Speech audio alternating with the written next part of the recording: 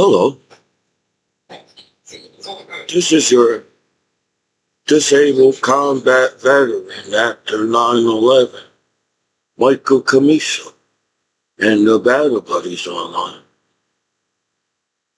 Well, over the years, I feel that I made some pretty cool YouTube videos, and I feel like I was not mean to the world as Commiso, and I'm not mean to the law, and I'm not mean to really technically anybody.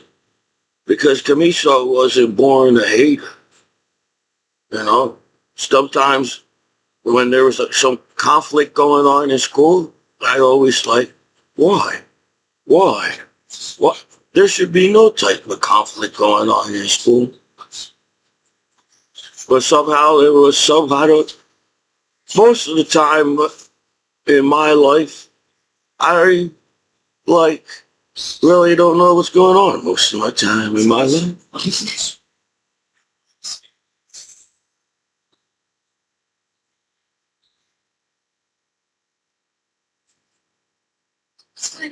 But I'm still feeling like I did a lot of cool things in my life.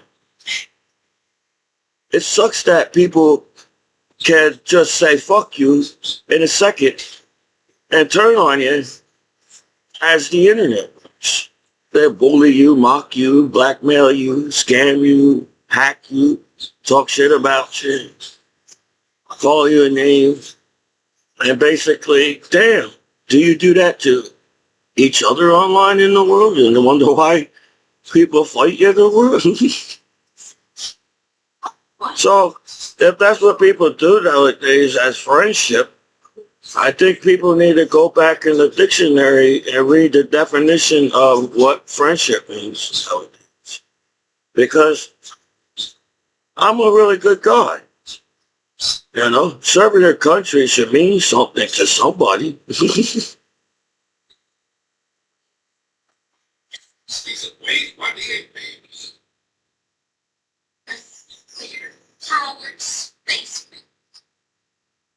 So it's like, say, I don't know what to say because it sucks that I tried to reach in my heart and speak my words out of my mouth. That's Commiso. But then not everybody's like that. People are mean in this world. And it sucks that the people are mean in the world, but I'm not a mean person. I'm a really good guy. And over the years, I'm like, damn, man, it feels that way. If it's not like that, how you all make it? It feels that only reason why people do things nowadays is screw your life over on the internet and life. And I'm a human being.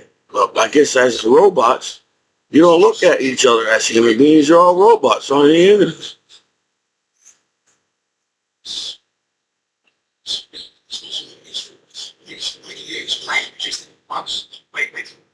You're not changing anything. So I have to calm down. As a veteran, I was trained in the military. And it seems that people know that. It's like people act like the internet is some top secret world, but it's not really. It's just people made it that way.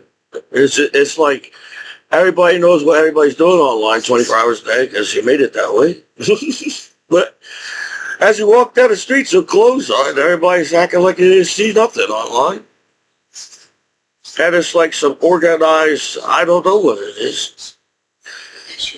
Because I highly doubt everybody, I don't know, do everybody wants to live a stressful day every single day? I don't think so.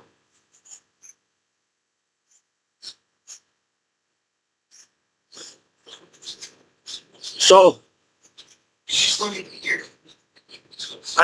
we're trying to chill. The reason why I smoke medical marijuana is I need to chill. Because I'm 41 years old And it's not that I'm upset that I'm 40. I just don't understand how time goes so fast on this planet. I guess because the planet is spinning in seconds. So if everybody basically only have a second to live their lives on this planet, why would everybody take their seconds online to screw each other's lives over on the internet? That doesn't make any sense to me. Because as you all sit there trying to argue the fact that, wow, what, I'm a disabled combat veteran and the best, what was it called? Argument. It's an argument. It's right now, it's funny. I didn't do shit to nobody because I'm a good guy. Yes, I feel like people try to get me angry, but I'm not an angry person. So, but then things happen in my life that bothered me. So even a nice guy gets angry at one point, and I think people know that. You know, people don't have a life of their own. Everybody does is hack each other's lives 24 hours a day. I don't know what did everybody accomplish? That we all use the same internet and same sites? I think that will be the thing that will be like, well, hey, people go to work. What time do they have to use the internet when they come back home from work? But now everybody can use the internet at work too. So we are bounded, or we are with this internet we created, or invented, or as part of our lives. The internet is part of our lives, and it seems like it doesn't even make sense because people call me stupid and slow my whole life, but how hard is it to fix the internet? You know, I feel like sites are like a name. It's an advertisement. Sites are named a company. The site is a company. So somebody started a company as a site online. So it seems that we're Americans, right? I'm American. I felt like this is what American guy does. And maybe, yes, I have no social skills. I think somebody noticed that I don't have any really kind of computer skills. I know how to type really fast. I said, let me pass this class. Not to rub in people's faces that I passed the class and you guys did, if that's what you thought as me as a student. No, I had to get out of school. Wrestling is not an easy sport. Everybody sits there and act like wrestling is some kind of easy sport. No. And wrestling is kind of hits you in different direction as a sport. You can lose or win as a but there's more than that.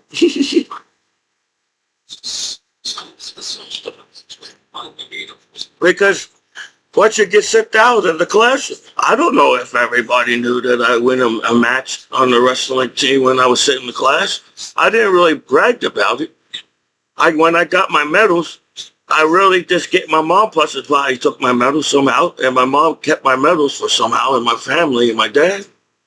I really didn't even hold on to the medal that long. Only the longest I held it was at the tournament, when I got the medal. I still didn't even eat. You're supposed to engrave your name in your medal. I just looked at the back and figured it out right now. I didn't know it when I was a kid.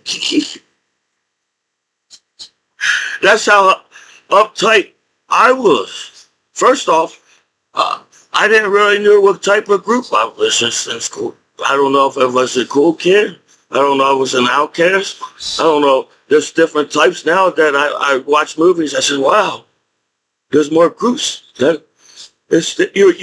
You're breaking each other off in classrooms, and then you don't get along because you're in some type of different group or something. Is that what goes on in this group? I don't know.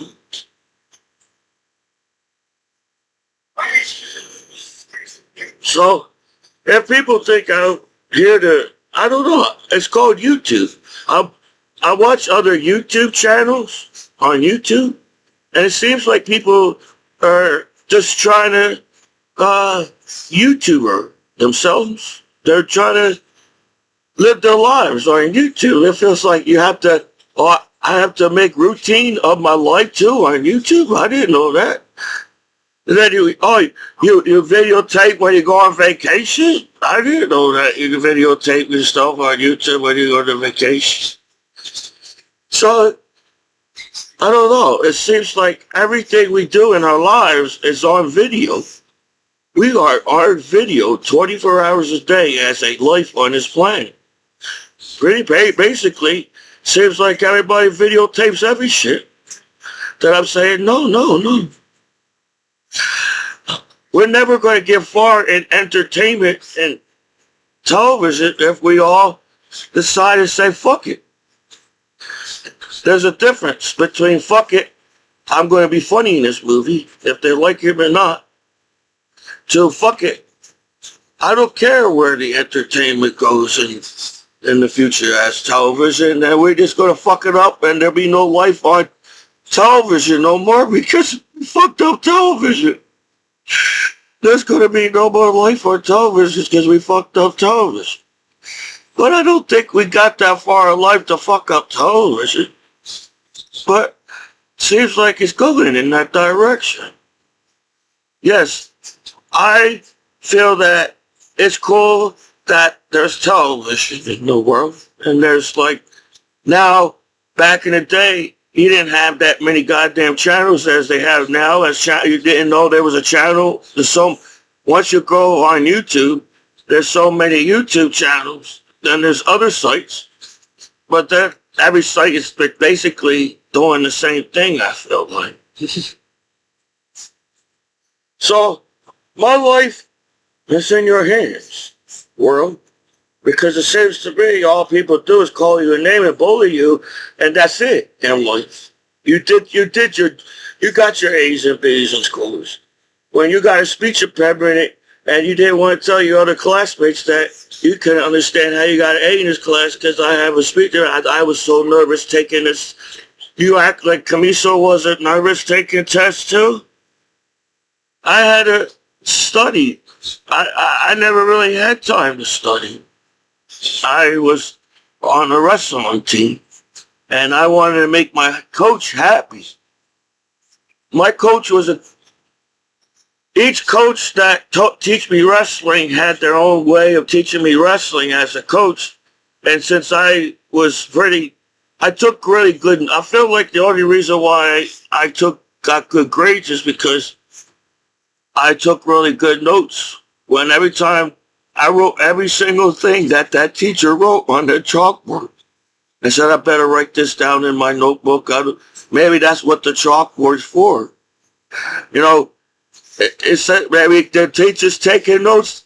Not teachers can't remember every single thing, so maybe that's why they write on the chalkboard. So I figure if you take really good notes, if you didn't understand what the heck he was talking about in the first place, you always try to read what the heck you wrote in the notes.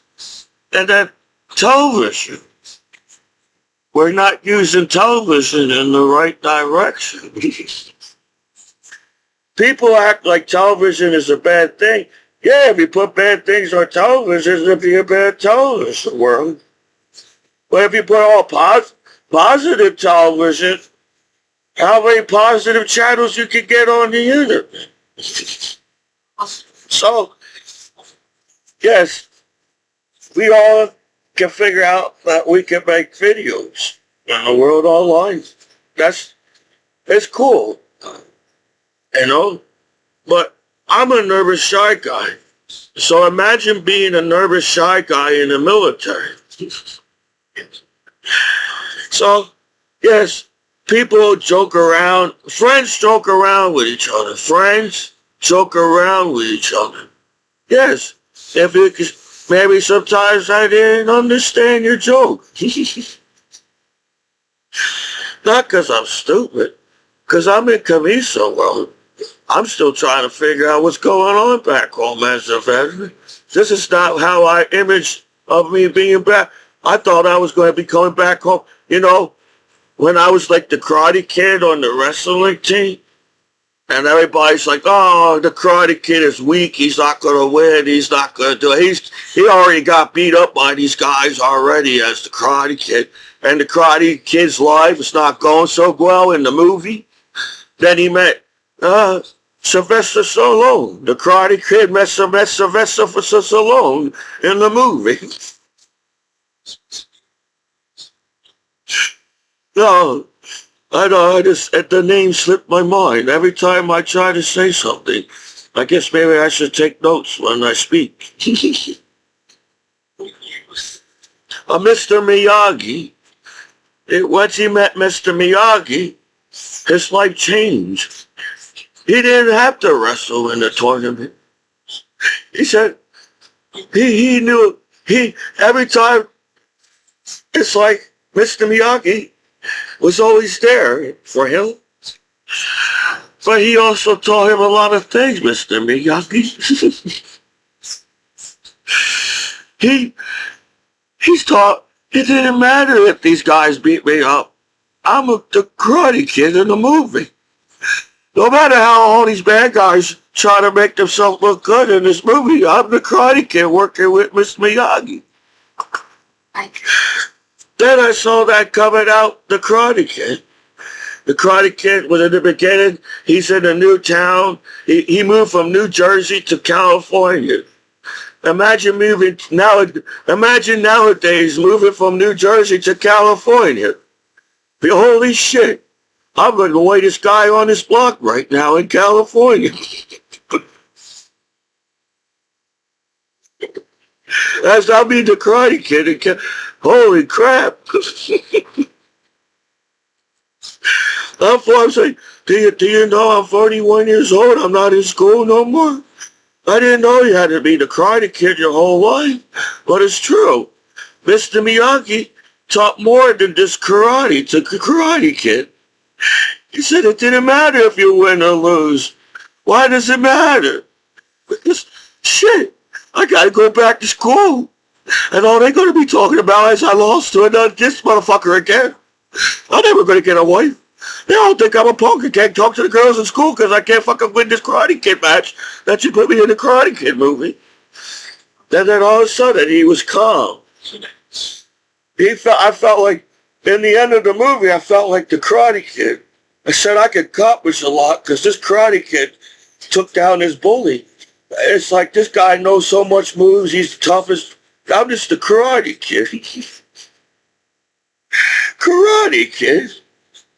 It's in the name. I'm a freaking kid, a Karate Kid. Maybe a karate adult. But I'm a Karate Kid from the 80s. It wasn't that tough back in the day in the 80s. Everybody didn't have a bully on their street. Everybody could walk down the street and chill in the 80s. But Karate Kid had bullies because he came from New Jersey. That's the only conflict. Oh, apparently he wasn't over with his girlfriend. So he had it. The Karate Kid just said, how the fuck did I supposed to know that he was your girlfriend? I was just on the beach and saw some Hooters on the beach and saw him play some, said, maybe I could get a girlfriend in California. Cheer me up when I go to school as the Karate Kid. But no, that's not what happened. It's supposed to be California.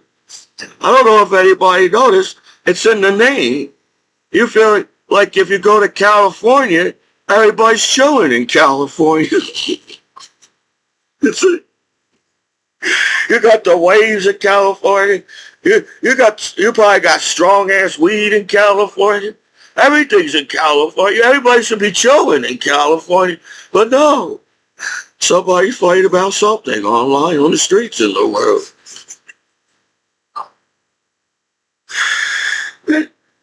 I'm from New Jersey. One day I will accept myself as a New Jerseyan, as a New Jersey. And I'm a disabled combat veteran after 9/11. And everybody, what's wrong with you? You don't look like you're disabled as a veteran. That's the first thing you say to your veterans. You look fine. You came back alive from war. What's wrong with you? First off, I don't even know how I got into the desert. I was just happy that I was out of the house.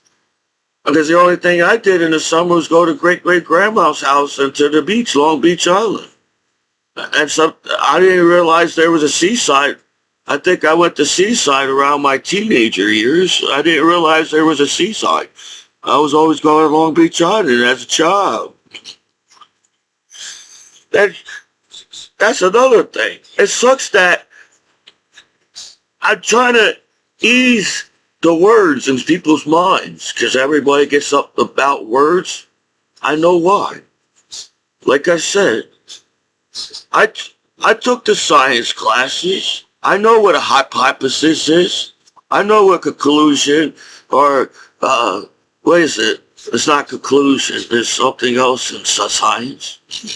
I guess it was hypothesis. There's one of them. I took the steps to write a paper in school too.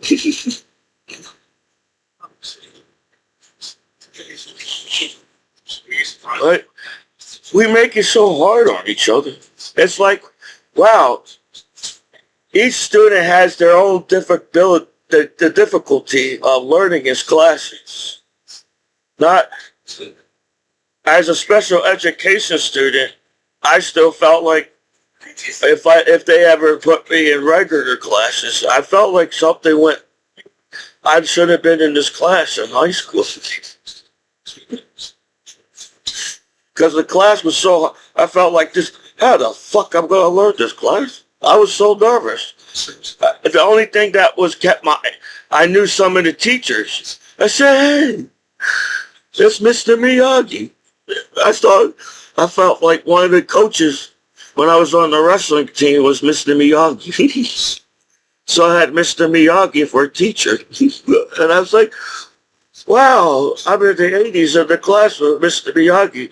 And he's going to tell me how to wash on and wash off in this classroom and everything be okay in this classroom. So when I saw it, I recognized teachers and I recognized some students. Then there was different students in the classroom. That really made me nervous.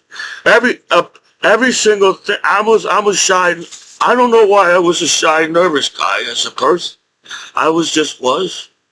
It's maybe because, I don't know. I really don't have much to say most of the time. Anyway, you're lucky there's thoughts in my mind. I study. But sometimes I'm like, how the heck I got in this classroom? But somehow I did pretty good. I did okay. I did A's. I got A's and B's. I felt like I got A's and B's all. Maybe sometimes I got a C or a D. I felt like I got an F in Spanish and I had to redo Spanish class. I felt like that would happen.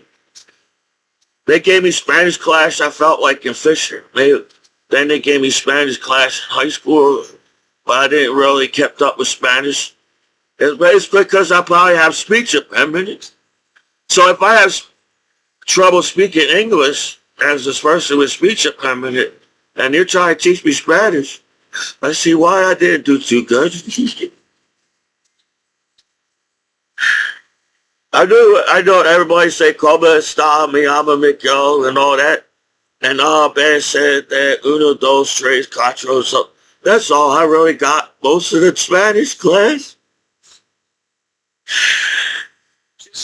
But if you think about it, each student had their own life. Each student probably had a learning disability. Not everybody picks up on everybody's learning disability as fast as I feel like the only reason why people can't figure out how to do things, just fix things in the world.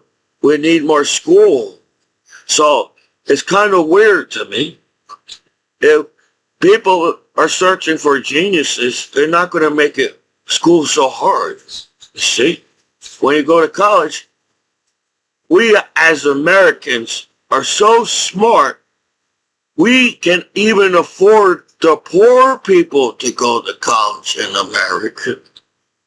That's how smart we are as Americans. So everybody should be able to go to college. Yes, once they take the test, it might be hard when they go to college. But then you have a more open majority of finding genius. Maybe the person in school don't know he's a genius. Or maybe he didn't find his genius way in school because he was bored and wanted to go to the beach with and see great-great-grandma and grandmom. And everybody was happy when we went to the beach. So I figured we should go to the beach every day because everybody's happy all the time.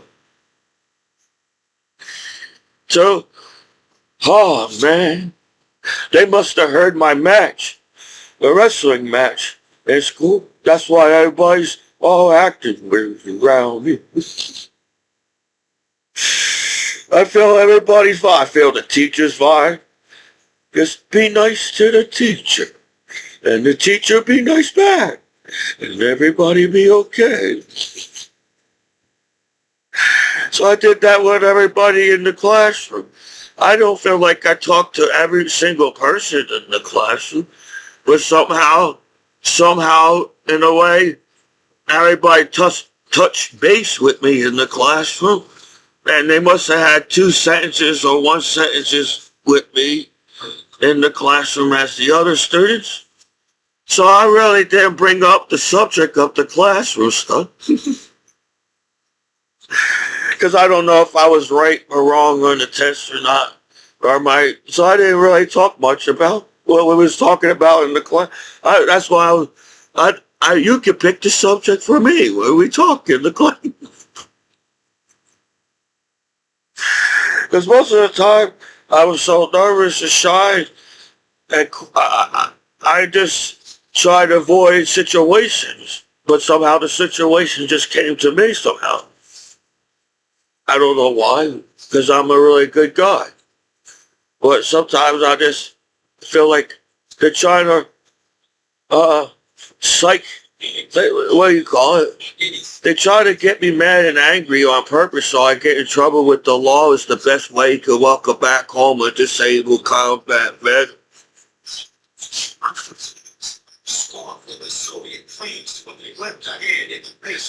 And as a human being and as an American citizen and as a veteran, it's like, well, do I just sit there and allow people to talk bad about me when it sucks that, everybody's out to make your case look good. It seems like you're trying to make me look bad on the internet on purpose. And if that's all people do online is make each other look bad and wonder why there's negative television and we would just sit there and watch it like crazy people. I don't think that's the future of television. Somebody knows the future of television online, and I feel like somehow you're trying to you must have watched somebody watched what's that movie, Trading Places? And you're trying to they're trying to crash the stock exchange. So I don't know much about stocks. What my grandpa taught me about stocks. If it's high, you sell it when it's high. When it's low, you buy it. I said, well, that can't be that hard to buy stocks and sell it if it's way high. But I guess somehow, I don't know, was it politics or conflicts in the world? I don't know. You make everything more complicated than it really is. I feel like over the years, people made the internet so complicated. But I'm the student, I'm the customer, and I'm paying service. I'm paying service. So why would anybody in the future pay for a service as a customer for the internet for you guys just put me in jail and screw me life over? Who would go on the internet anymore in the future? Everybody be poor because everybody relied on the internet over the years, and only a few people can make it on the internet. And then nobody's going to make it. You can't just make one person make it, and then nobody makes it. It's called common sense. And I'm not here to tell people what to do in life. I'm here to say I was just trying to make YouTube videos because things wasn't that happening as I thought it was as a veteran back. And I understand things happen. People get their lives of their own now. Battle buddies all over the place. They all went to all the veterans. You don't know where your battle buddies are. They told me in the military, keep track of your battle buddies and make sure you. But now as a veteran, it's like, where's all my battle buddies? I feel like I felt like I had the coolest battle buddies in the world at the time in the military. They were all smart battle buddies. I know they were smart. I know. I know the country people trying to act country and everything. You didn't have to show an image to Commiso. I know. So, yeah, I had cool battle buddies. I felt like if my battle buddies was around, and man, I have a really cool life because I did cool things at war too as the goofy guy. Yeah, everybody's saying, holy crap, there's a goofy guy in the convoy. How did he get in the convoy? This goofy guy. They got the infantry. I said, everybody wants to get to know Commiso's last name because I'm the goofy guy in the company. So if battle buddies knew I don't know if all my battle buddies, see, at first you start with a platoon. The only people you know is in your platoon.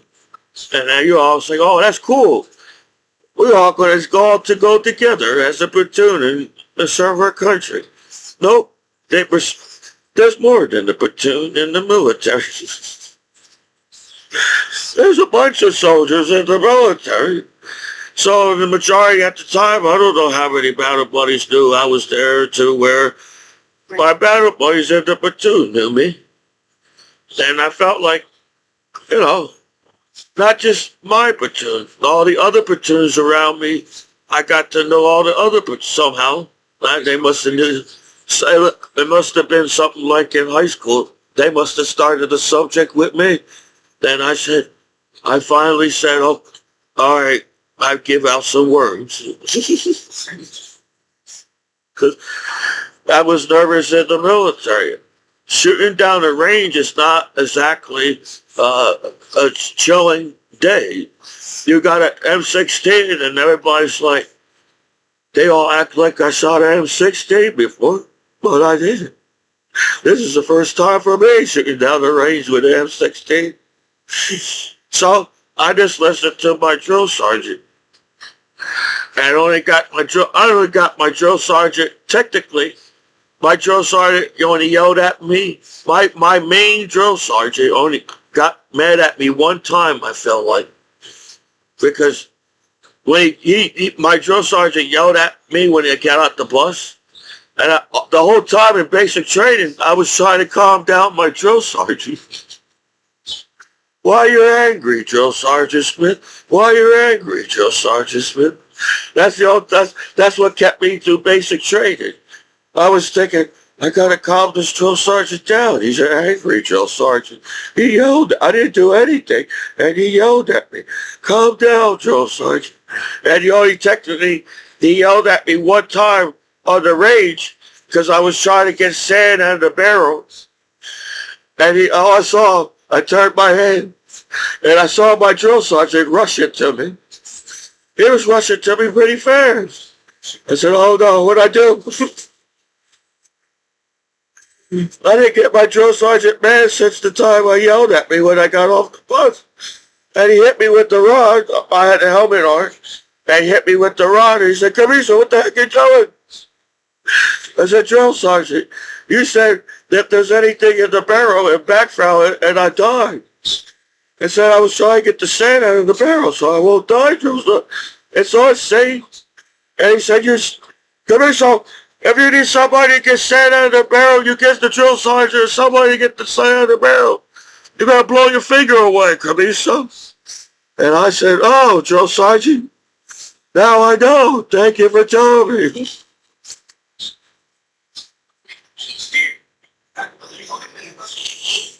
That's the only time my drill sergeant yelled at me. Then another drill sergeant yelled at me, but it wasn't really my fault. I was trying to help somebody out, and I wasn't mad. I got mad that I was. Don't they say I was trying to help my battle? I thought that's what they was trying to teach me in the basic training. You're supposed to help your battle. That's what they taught me. I wasn't trying to mess up the order of clothes, and I didn't realize there was some kind of system in the washer and dryer. Every time my bag was in the right spot to do my clothes. So I was always there at the time. It said it takes this long. I just stood in the wash. I just waited until my clothes was done, and I got my clothes and put it back in the locker. Because everybody is, can you help me with my laundry? And I put it in because I have something to do. I got to work or something. And I said, okay, I help you out, battle buddy. That's the whole meaning of basic training. You're my battle buddy. I felt like he was in my platoon. That's why I know him. And so I helped my platoon out. I said, I'll help my platoon out. That's what they taught me. So why they're mad at me? It's because I put my hand through the window and basically... the guy came up, I didn't know who he was. So there was a big guy. He was a taller guy than me. And he said, what are you doing? I said, I'm helping my battle buddy out and putting the clothes in the dryer. And I thought that was the end of the conversation. So I kept going. And then he goes, no, you're not. I said, oh, no. What do you want? Who's this guy? Why has he said I can't put my battle buddy's clothes in the dryer? He said he's next in line. He said he's next in line to put his clothes in the dryer. Can he help me out? So I looked for his bag and his name. It's only the last name. Once you learn it, sooner or later you will learn all the last names in the platoon. And so I put it in, and he said, once you leave, I'm taking new clothes out and put my clothes in there. And I'm like, is this another test of basic training? What's going on here? I felt like I was doing the right thing, helping my battle buddy out and put the clothes in. And I guess the anger, I didn't know how to show. I was the shy, quiet kid in school, and I didn't know how to let out my anger. And I was in basic training, and this guy, he did what he said. He took the clothes out and put his clothes in, and I didn't know what to do. And I saw a door, and I felt like I had to punch the door. The door may have been in the way. I didn't have nothing against the door when I punched the door. It's just the door was there at the time, and I had to let out my steam, and I didn't know how to. So I punched the door, and my hand was all bloody up, because apparently the glass had metal wire too.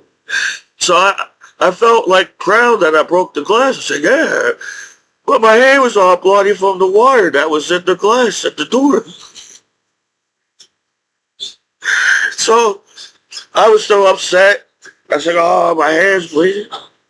And then all of a sudden, my battle buddy said, hey, everybody in the whole platoon, everybody in the whole basic training, everybody around you knew that you punched the door. So they're going to have a formation, and if they have a formation, everybody's going to get in trouble in the formation if you don't tell who did it. And I said, well, my hand's bleeding.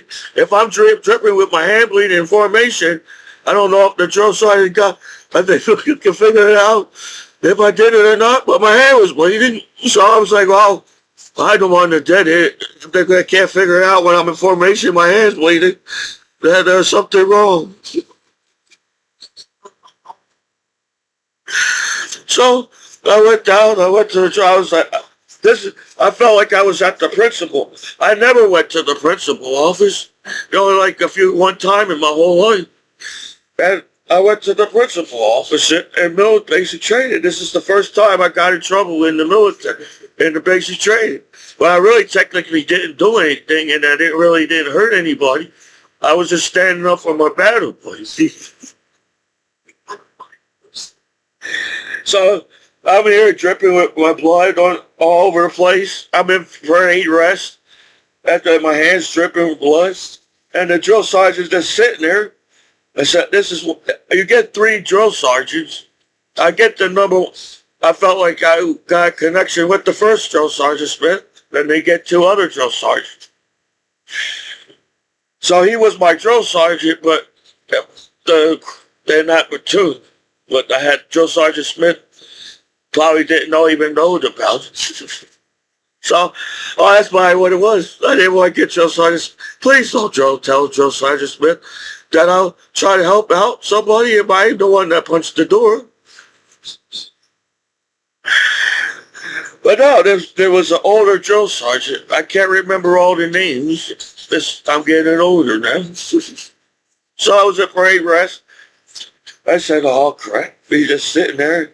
He's writing something on the table. I was like, what's that? What's he writing? I said, this is the first time I went to the principal office in basic training. What are they going to do to me? I felt like all this time I was nice to everybody in basic training. This is the only time. And all of a sudden, he was all quiet. And then, I don't know. Maybe I was shy and nervous again in school. And then he asked me a question. And, no, that's not what happened either. I just stood there. He wrote what he wrote. He got up out of his seat. And I was at prayer rest. And he started yelling at me in my ear. I felt like I'm back at the beginning of basic training. And somebody's yelling in my ear. I said, oh, no, I did something wrong. I said, Jules, he said, well, you think you're a tough guy? You want to punch me too? I said, I don't want to punch the door, Joe Sergeant. I didn't punch anybody in the basic training. It was a door. It was a door. I didn't know the door had some rules too. It was just at the time. No, I didn't say that. That was in my mind. No, I thought it was, I'm sorry, Joe Sergeant. I was trying to help I was trying to explain what happened. I said, Joe Sergeant, I was trying to help my battle buddy out because he was next in line to put his class clothes in and he had something to do. And I just was trying to help my battle buddy out. Because that's what I wanted to say. Because that's what you was teaching me all these weeks to be battle buddies in the basic training. So, and he kept on yelling at me. You know what I could do to you? I could kick you out of the military. I could take your pay, and I could take you all that. You have to fix the door, and you got to earn the money. You know that and all that. I said, no, Joseph. No, don't do that. I said, no, I was crying. I said, don't kick me out of the military. My parents and my family is proud of me that I'm serving. I went in the basic training. Well, I wanted to say I was proud of myself that I was in basic training. And I felt like I was in the right path in my life in basic training. And he said, he got calm, he calmed down. I said, all right, drill sergeant, calm down, drill sergeant. It's okay, drill. That's what I wanted to say. Because I didn't know he was going to get mad at me that way. But he went out of nowhere. And he said, all right, Commiso, I want you to go upstairs and write me a paper and say what you should have done and everything. So I went upstairs and I said, I should have got a drill sergeant. I should have told somebody, something like that. That's all I got, really. I said, I should have calmed down or whatever and got the drill sergeant to help me out. But it didn't happen. I guess I was away from my family. That was like how I got it. I was in basic training. So I gave him a paper. And he said, I want you to write so much, like 100 words or whatever, how many words. And I just couldn't think of any other words because I don't know what else to tell you. That's the only story I got to tell you. That's what's all really happened. I was trying to help my battle buddy out. And at the time, I didn't really know who that guy was. So, uh, uh, I brought the letter down, and Uh, okay. I don't even know what happened after that because my hand was. I think they tried to send me to the nurse, but somehow I never ended up to the doctors. Somehow my hand just stopped bleeding. But it looked like I made a need of stitches, but I never went because I had to go back in formation and I didn't want to get my drill sergeant. I said, just don't tell Drill Sergeant Smith. That would be cool. But nothing happened. I didn't get extra duty. If I got extra duty, I didn't realize it that I got extra duty.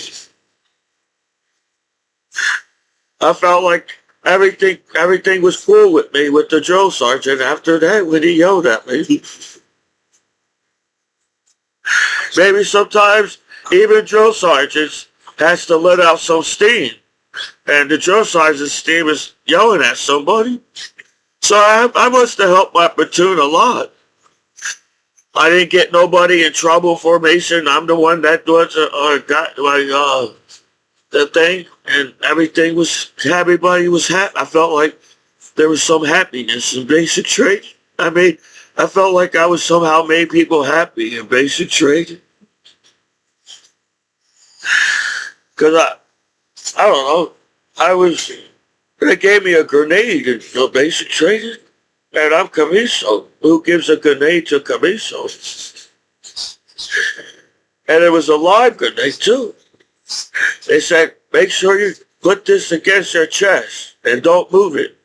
So all the time, I hold the grenade like this, like a little baby. I said, don't move this grenade. And I hold it like they told me to hold it. I made sure I wasn't by the pin. I said, just don't be by the pin.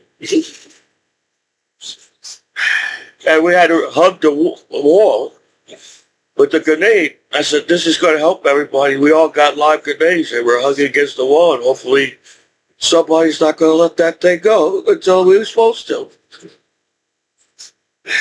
I said, we're almost there. It's my turn to throw it. And we're still hugging the wall. And it seems like everybody was super nervous around me. And that's what I finally got to the grenade, to throw the live grenade. And I was so nervous. I said, I saw that in the Army now too. I thought, oh crap, I'm going to be that guy. I'm going to throw the pin. And somehow the grenade's right here. We're in the Army now movie. That's what I was thinking. And all the time I was going through then I said, all right, Commiso, throw the grenade. Commiso, make sure you pull the pin and throw it far away, Commiso. Throw it in that direction, Commiso. I said, okay, whoever this guy was, probably another drill sergeant. So I was like, drop the pin. And all I thought was throwing like in a baseball. And throw it all and let it go. And all of a sudden, the guy threw me down and put his weight on me and went, you can see the smoke. I threw it far enough to see smoke. I said, well, if I can throw a grenade in basic training, I can do anything in life now. I did it. And I got expert in grenade. Super clean. I said, oh, cool. I said, what's this? I asked my battle buddies. It says grenade on it. I guess the medals in basic training are simple to figure out what it is. And you put it on your uniform, expert grenade. And I was a marksmanship and shooting. I felt like you're supposed to shoot down all the targets. They had trouble zeroing. I had trouble zeroing the weapon because I had to learn to fire with my left eye because I couldn't close my left eye to shoot with my right eye because I'm right-handed. So the drill sergeant said, all right, shoot, you got to learn how to shoot with the other side. So I said, okay, drill sergeant. So when everybody's shooting down with their hand, they're supposed to be shooting their right hand. I'm like, damn it, now they tell me to shoot with my left hand. And I'm like, I'm not left-handed? What the hell?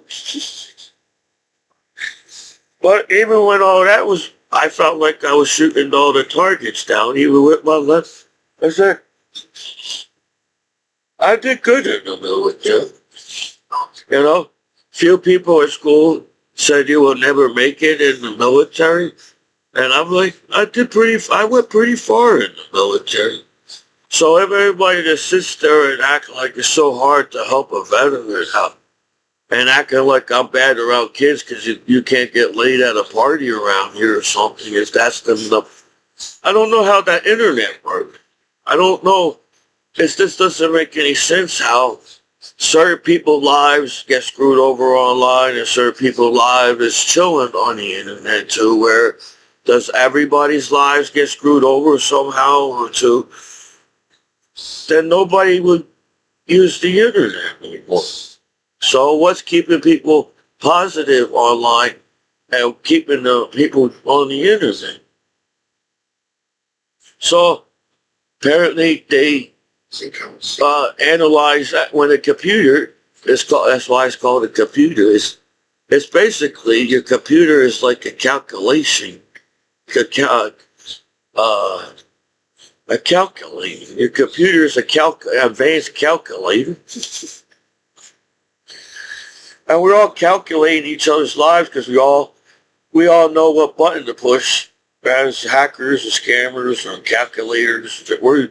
We're all bullying each other, but we're all nerds using computers. There's no world.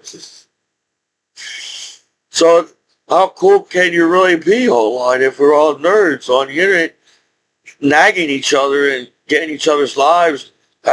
Do the law get involved in your life because they know how to hack a computer and screw it over, or does the law sit there and actually help you out? You know, but it's hard to trust people. It's hard to trust people when it feels like everybody just sits around and acting like it's so hard to be a good friend to each other in the world. So, I don't know, I just trying to figure out what it means to be a veteran, at least in my life at this time. That's Commiso. Because people do forget. You know, it sucks that it happens, but people do forget about their veterans.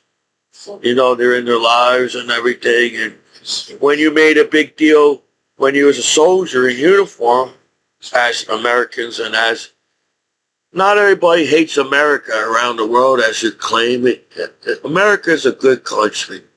We just need a little step up or a little step forward to where we all understand we're Americans now as America. Now we can go further than that as we understand what means land of the free, and we have all these rights as an American. So I don't think I did anything bad on it. And I don't think I was going out of my way to do bad. You make it look that way where you direct people that direction. So I think I'm just an advertisement. So it seems like you're trying to advertise something and that the site. When they talk bad about a site, they must be advertising in that site somehow. Because now everybody wants to know, well, what's the big deal going on the site? Because we've all been on the site all these years and nothing's really, I don't understand. To now everybody's going to use that site to figure out what's the big deal with it. So I'm like an advertisement. I have to, as a customer that pays for the internet and as a customer, as an American citizen, you know, I feel as an American and as an American citizen, that should mean something. You know, because this is America. It's just in the name, America. It sounds like you're supposed to do something cool. As an American, I'm supposed to be somebody cool in America as an American. It just sounds like that. But when people use the internet, do people just go out of the like they're everything they're out for themselves? You say they have a community online. There's some kind of type of organization online. I don't. Sometimes I don't feel that way. Because when you look up something, it should be only about that word or name or something. It's all different things that doesn't even make. It's not even part of the name or the whatever. So if you all organize sites and internet it doesn't make sense the conflict of using the internet nowadays. Even with a guy like me with special education speech, because we're always raised up with computers in school. We was all raised up with them. And when the teachers teach you about the internet, it's like, wow, you can search for your future. You know, you search for your life. You search what you need to want to. You have a lot of opportunities to be something more than just a farmer or whatever the certain amount of jobs they had back in the day. So not everybody wants to be the same thing, you know. But in the future, it seems like everybody wants just to make it. Everybody wants to be, you know, when you're dying, you want people to remember you. No matter how tough or whatever, when you die, people forget about you when you die. So now you got YouTube videos. So now I can be remembered. That's in the future with my YouTube video. That's how people should look at the internet. The internet is more than we make it, where we only give a few people the opportunity to go into college, where we could give everybody the opportunity to go to college. Then we have a better percentage of finding a genius. Because, yeah, maybe that guy is getting a bad grade. He's not doing too well that day in the school, in the class. But maybe that guy knows more. Maybe that student knows more than you think. Maybe that shy is a shy, nervous guy in the school. He don't know how to act around people because he's so smart. He understands everything around him without people teaching you in the school. So I feel people's vibes. And I guess as a veteran, they taught me how to feel people's vibes even more. So, yeah. Letting out my feelings, knowing that there people don't care about people's feelings.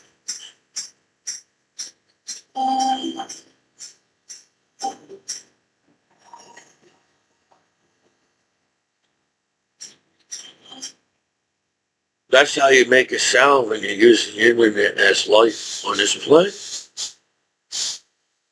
You make it sound that, oh, well, as long as it doesn't happen to me on Action News, then I'll be okay. But seems who gets? I'm just trying to figure out the calculation, as everybody's got a calculator online.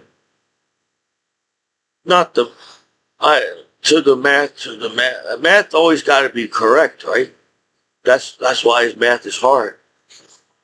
The math, you could claim that you understand the subject and get an A in a subject, but in math, it has to be the right answer, no matter how you claim how you got to that solution in the first place.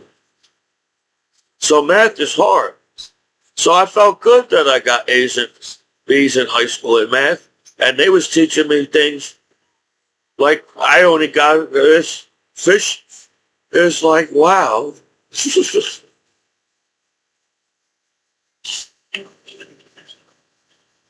So, God. I'm just trying to figure out what type of people will go out of the way to sit there and screw people's lives over, realizing that all these years trying to screw somebody's life over, you're getting older yourselves. And you basically sat your whole life just trying to be a hater on somebody on the internet. So what type of people would do that nowadays on the internet? So I didn't watch all the videos like you all think I did. Just how's that? Everybody's cool and knows where the sites are. This is where you can get the movie. This is where you can watch the television show online. And everybody hack each other's, and we basically hack each other's lives to be on the same site just to get mad at each other. I don't know. It was weird. So I don't know if I have jealous people or haters or some kind of weirdo that stalking my life online as Commiso. But I'm a good guy. In the world, to say that you're a good guy online and where everybody's getting in trouble over everything nowadays, it seems like it doesn't take that much to get in trouble nowadays with the law. Where I feel like, I think it takes years. You can't just moderate somebody. If you really want to argue the fact that I'm bad around kids because you made it that way for me, then welcome me back home as an American hero back home. Or a friend or whatever, because what friends would say you'd be a bad dad one day? No friends would say you'd be a bad dad one day. A good friend say you'll be a good dad one day, man. It's, you know, it probably is hard to raise kids. I don't think me and my brother was easy on my parents. But I don't think me and my brother was hard on our parents. We have our own thing. We have a mind of our own. Well, I feel like we're not part of the Matrix because I understand Matrix, but nobody understands the Matrix like I do. Then that's why they're all fucking the Matrix up going on.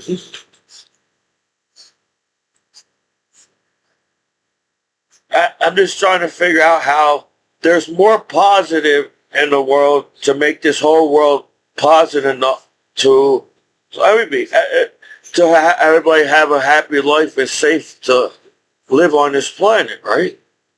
But there's that 1% violence and crime is fucking up for everybody in the world. So, I don't know. I'm just sitting. It's hard to believe that people will sit there and backstab you online, but they do. Because they actually, when they say they will use every word against you, they actually will do that to you. They only want to win. And I think that sucks. If you only want to win and don't care about people's feelings, then you're never going to win being a law enforcement. Because all you think about, I don't have a good argument, so you all can just lie even more and say you can't help me because I'm a veteran. I don't think that's how the internet works. There's good pieces. There's good parts of the internet. There's got to be. There's positive in the world. But I think the negatives, they fucking up the positive in the world. So I feel that people use sex and nudity on each other as people. If there was some type of conflict in the world where you all still fight about what rap song to listen to, it's more deeper than that. People use sex and nudity on everything to get money off of people, sue people. You can ruin people's lives over sex and nudity nowadays. When sex and nudity was just sex and nudity back in the day. Because everybody accepted sex and nudity back in the day. So now, well, since we're all can hack your lives, we know how to scam your computer. Man, we can see you because you got a webcam. Man, you have your webcam off, but we can still see you and hear you in your room because we turn your computer on and hear you in your room. And that's where you get that tunnel vision. People don't know how to shake each other's hands, give each other hugs, because you all got that tunnel vision where you're all just basically staring at each other 24 hours a day. So how can we be good friends with each other? All we do is stare at each other, hack each other's lives, and stare at each other 24 hours. I get frustrated too. So I really don't think I'm just the guy that uses the internet and somehow is acknowledged online by people. Yes, I feel like if I learn how to use a software or whatever, but it doesn't work. They say to buy security. You know, you can't just have the security that came with the laptop. You have to buy security too now to keep your identity, to keep all that. But somehow I still got scammed and hacked. So, you know, yeah, I get it. The law doesn't want to get blamed for things online because the law is the one monitoring the internet. So there must be some kind of organized system on sex and nudity where you can bully one person on television and get mad at them to make you feel yourself good that you use the site, the internet too, on the internet. Right?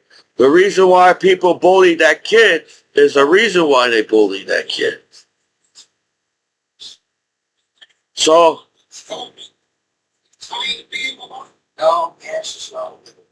you can't allow people change who you are as a person just because you're not up to date to the social media or up to date what sites they use.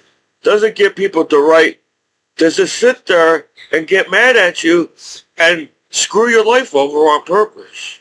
So I don't know what type of law does that, but it doesn't help. It doesn't really help anybody because you're making a problem when there's no problem to where, wow, people die on the internet and you think that's good to see on the internet for people, kids. So, I don't know. We're kids online. Hello, kids online. The adults online doesn't know there's kids online. That's the mentality that I feel like the law gives me. Because, well, if the law knows that kids use the internet, everything should be safe then, because kids use the internet. So, it'd be safe for me as an adult too, because kids use the internet. No. But does people set each other up online? Somebody has to have all the security on the internet and everything. So who has the balls to scan somebody's computers nowadays? And people don't want to get in trouble with the law, so why would they come up to the law saying, hey, I saw this guy on this site, and I was on the site too, so I could get in trouble using the site too, so why would I go to the law saying I'm using the site too? The law has to be there.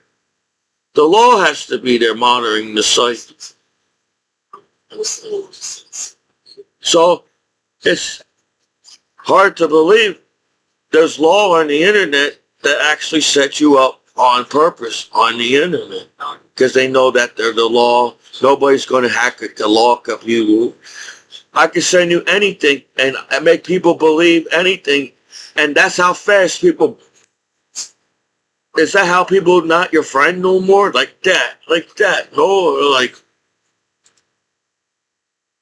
So, my point is, while you all sit there and act like how this happened and who gets in trouble with sex and nudity nowadays, the only people that really can entrap you nowadays is the law.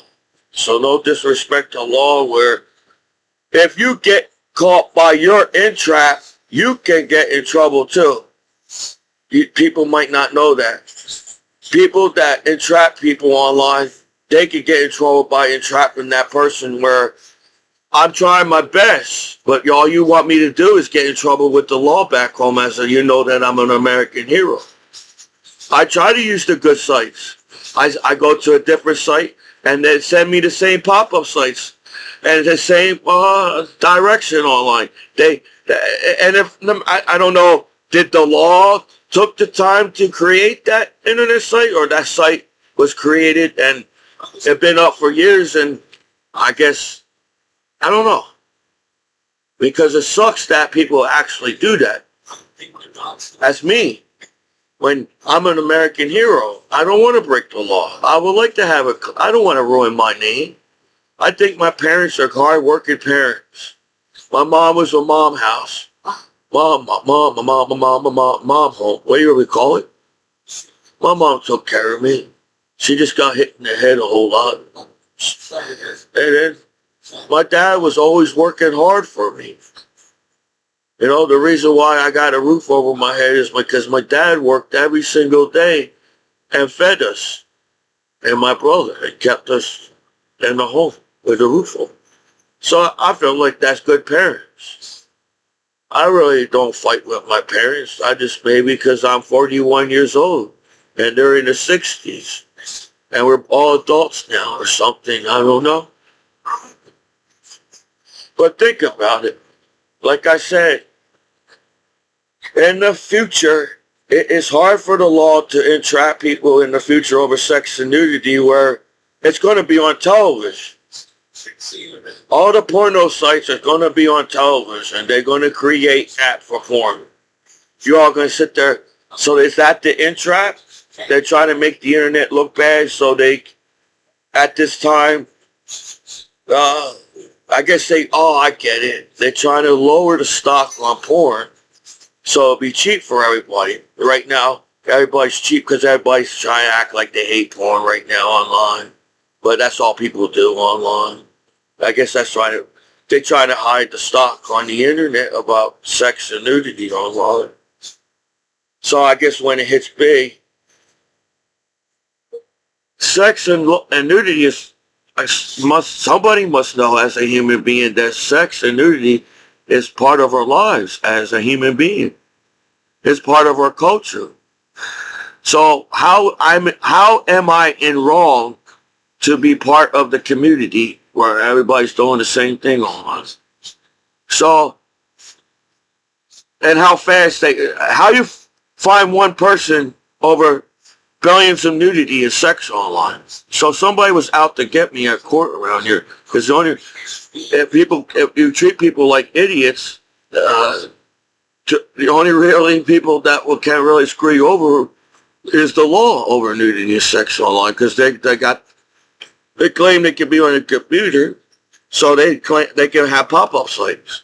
Sometimes I feel like the monitor is giving me the pop-up sites. And you're mad now because the law's on my computer. So, no disrespect to the law. I'm an American citizen.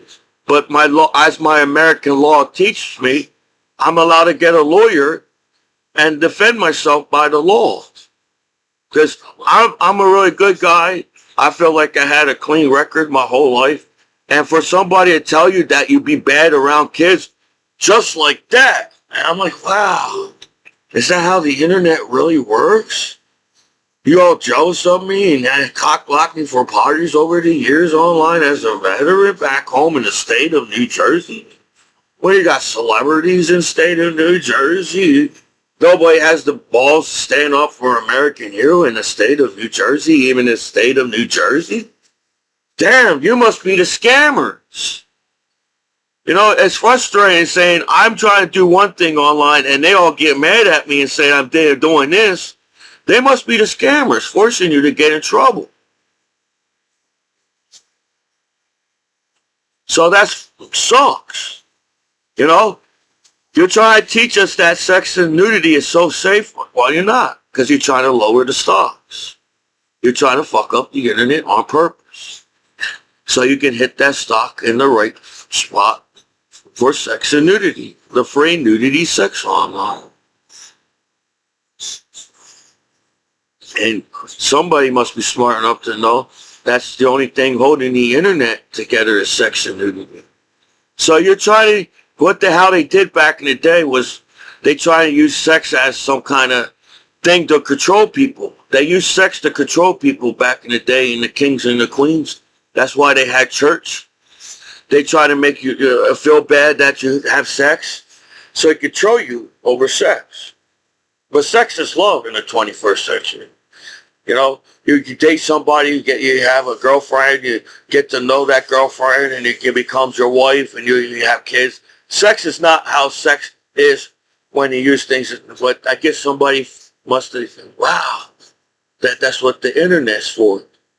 If everybody wants to make a channel, nowadays everybody wants to make a video of themselves and try to make something out of themselves and everything. So it just sucks that it's not everybody. Maybe that's what you want me to view the world, that everybody's a bad guy and everybody's out to get me. But I'm a veteran. Just find out who's out to get me. Well, can't be that hard as a veteran on the internet, right? I court around here, so yeah, I feel that where we're supposed to be lovers. I'm an American. I was born in the 80s. My parents are from the 60s and 70s. Then my parents were born in the 60s. We're all just stoners. I feel like we're all just stoners. I feel like I'm just trying to chill on the internet as a civilian and a citizen and a veteran and a human being with rights and civil rights and human. Is there any type of nowadays? Is there any type of human rights online? I can't be human too. Wow, they must be. If I find a girlfriend, you must be all have to be there when she's naked online, right? Nowadays, if I had a girl, it'd be different. If I had a girlfriend, oh man, once I fit how your girlfriend looks online, damn shit, we're gonna call you a name and bully you after that. The internet. So somehow somebody tried to crash like porn is legal around the world. But instead of improving it, we're going to fuck it up. So only you could look good on the internet in sex and nudity. Since you didn't look good with sex and nudity in the beginning, now you're trying to fix it in that direction. No, that's not how the future is. Sex and nudity in the future is something common. Anybody fighting over sex and nudity in the future, must be something wrong with you. It's going to be part of our lives. Nudity is going to be part of our lives. Why? Our generations after generations is going to change. So it might not. We're not even cool. We're not as life still on this planet, and it's the 21st century. Sex is not cool online, and nudity as American around the world. It's back in the day. It was cool to do sex and be a movie star on video and be something in life. It's cool. No, it's only cool when damn, this guy got benefits, and I'm going to take your benefits and make you look bad and call your name so you won't be part of the community online and bully you and make fun of you. So for people to get mad that they know what sex is, that means that the law gets mad at kids too, because they know what sex is in the 21st century. Wow, the greatest detectives in the world figure out what sex is and nudity is.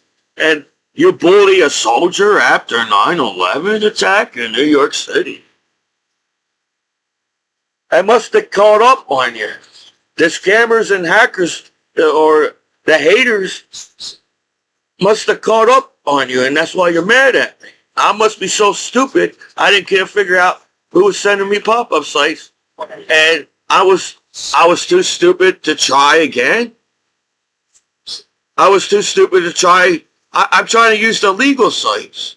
So if I go on a nudist site, because it's legal to go on a nudist site, it should be legal to go on a nudist site. And then that's how it works. As I'm trying to learn, I'm pretty much cross-training the civilians. I want to be what I want to be. Like, it seems with the internet, everybody's in each other's business and force each other to be nothing at all online. I don't think that's the future. Because for me to have a good heart in this generation of all everybody's hating each other for no goddamn reason at all because somebody said to do it, that's cool to have a good heart like Commiso is. I don't care. You all could be bullies and mad and angry at or what, some type of hater on Commiso, but I'm a good guy. You know, I'm an American. Everybody likes Americans. Well, what the heck is wrong with you? Everybody likes Michael Jackson. What's wrong with you? What the heck's there's something wrong with our time in the Back to the Future. Because we all learn what sex is in school. So how can you get mad at a kid when they teach the kid about safe sex in school? Then you're questioning a kid to get somebody. How do you know about sex? Oh, you taught me in school in America, in classrooms. The internet is not exactly what you say a hard hack nowadays. Everybody back, maybe it was a hard hack back in the day, but it's social media. So how hard it is to get to know each other to where, wow, everybody really does listen to the same songs in the world. Everybody does go on the same sites in the world. But I was a nice guy. I said, no, I don't want to join the gang. No, I'm an American soldier after 9/11. I was the shy, goofy guy that was at war and come back home as an American soldier back, American hero, as the goofy guy in school. But that's not how people talk to me at court. You know what? It sucks that people actually have to sit and wait until it happens to their lives to realize how it sucks. How people to sit there and look the other way and act like you can't help each other as people. So if the law can't figure out that by now, I think people know that the law entraps people with sex and nudity. That's why people hide on the internet. You get embarrassed to talk about sex. You get embarrassed to talk about nudity. But that's all you guys do in the world as life in 24 hours a day. As back in the day, people wasn't shy about and nervous to talk about sex and nudity as part of our lives on television to now, damn, the only thing that's going to keep these channels going is sex and nudity. So, I get it. You all back home from war. You all got to figure out where the sites are. And even the law acting like they don't know either because they're part of the law is part of the social media online too, as people. And somehow you just said, fuck Commiso, I feel like. Because if everybody parties naked nowadays at parties acting like you don't, like you're in the 60s or 70s, so how much nudity does it take to help a veteran out back home? If the law allows all these people to have sex in court, why I'm a bad guy? What are you talking about? Well, you can hide people don't send you all the videos that's on the site. People send you other videos and make it look like the site's bad, and who can do that on the internet? With all the security on the internet. I don't think a person that don't want to get in trouble like me can scan somebody or hack somebody's life because I don't want to get in trouble with the law. So who has the balls to scan people's lives and the law allows to happen, right? Yeah, we can't blame the law because they're on the computer. They're there for a reason. But keeping you, why are you letting people scan my computer then? That's the law. So it's like the law themselves as to people can't scam each other's lives on sex and nudity because they don't want to get in trouble with sex and nudity on the internet. So I like thinking. I don't have a negative thinking. That's why I go out of my way not to think like everybody else on the internet as the cyborgs, robots you are as people on this life. What makes Commiso is me. Yeah, I feel like everybody did everything just to make me sad and upset again, or angry back home as a veteran, so I get in trouble with the law. So if you do that with everybody, then the system's not going to work. Everybody be in jail and the economy would be down and even the law be broke because there's nobody can afford. You got everybody in trouble now. Nobody can afford your funds for why you did this to me as a veteran. Everybody be poor after. So, no disrespect to the law, I feel like the law should encourage you not to get in trouble with the law, not entrap people with shit. Because back in the day, sex was legal and nudity on the streets at porno shops. And how many, it takes your friend, hey man, I'm too embarrassed to go into porno store. Can you get the movies and stuff for me? Because I'm the only one that can go in there and everything. Or have the balls to go in the porno store. Because I'm a gentleman. I feel like I was a shy, nervous guy because I was a gentleman.